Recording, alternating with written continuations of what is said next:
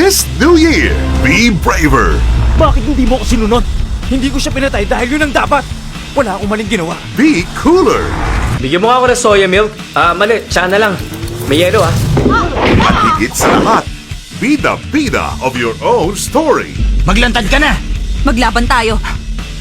The Sniper, January 4. China's Last Eunuch, January 11. When Taekwondo Strikes, January 18. And God of Gamblers 3, Back to Shanghai, January 25. Bida Asia, Sunday mornings at 8. Sa Heart of Asia. Para sa mga eksperto sa sandata, Nakaharang sa bintana mga hostage. Negative si S1.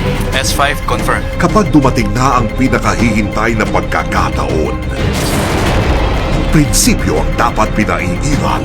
Bakit hindi mo ko sinunod? Hindi ko siya pinatay dahil yun ang dapat. Wala akong maling ginawa.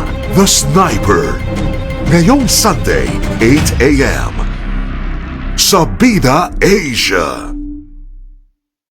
Sa sinaunang tradisyon, karangalan ng Isuko ang pagkalalaki sa ngalan ng paglilingkod sa emperador.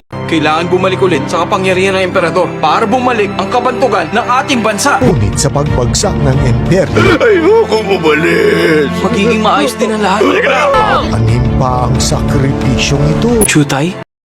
China's Last Eunuch, Ngayong Sunday, 8 a.m. sa Bida Asia ng Heart of Asia. Sugod! Opo! Minaliit siya dahil isa siyang babae. Sige, maglantad ka na! O sige ba, maglaban tayo. Ang hindi nila alam, taglay niya ang galing ng sinaunang Korean martial arts at wala siyang inuurungan. Gusto mong sumunod? Tara! When Taekwondo Strikes, ngayong Sunday, 8 a.m. sa Bida Asia.